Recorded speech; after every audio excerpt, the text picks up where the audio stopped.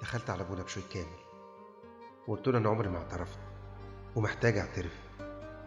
رحب بيا ابونا بشوي كامل جدا وقال لي اقعد يا ابني، انا سامعك. قلت له مش هينفع دلوقتي يا ابونا، انا محتاج مش اقل من 3 ساعات عشان اديك بس فكره عن حياتي، وبعد كده ابقى اقعد واعترف. وانا مش عايز اعطل قدسك، لما يكون عند قدسك وقت تقعد وتسمعني ابقى كلمني يا ابونا وانا هاجي على طول.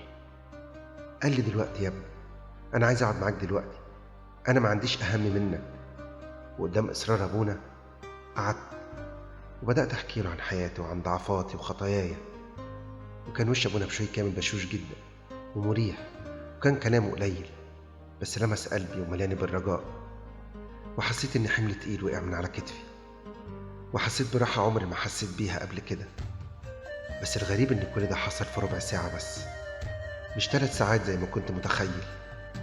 وحسيت برغبة شديدة في التناول، فسألت ابونا بشوي ينفع اتناول يا ابونا؟ قال لي طبعا، مفيش حاجة تمنع.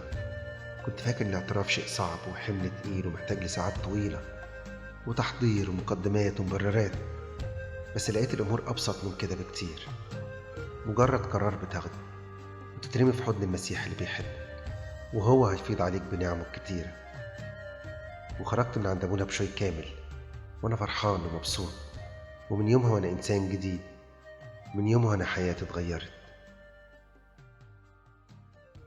يا رب، كتير مننا فاكر ان قرار التوبة والاعتراف محتاج لوقت. كتير مننا الشيطان بيصعب عليه قعدة الاعتراف. كتير مننا ما يعرفش ان ربع ساعة بين ايديك كفيلة تغير حياته 180 درجة، 180 درجة، 180 درجة.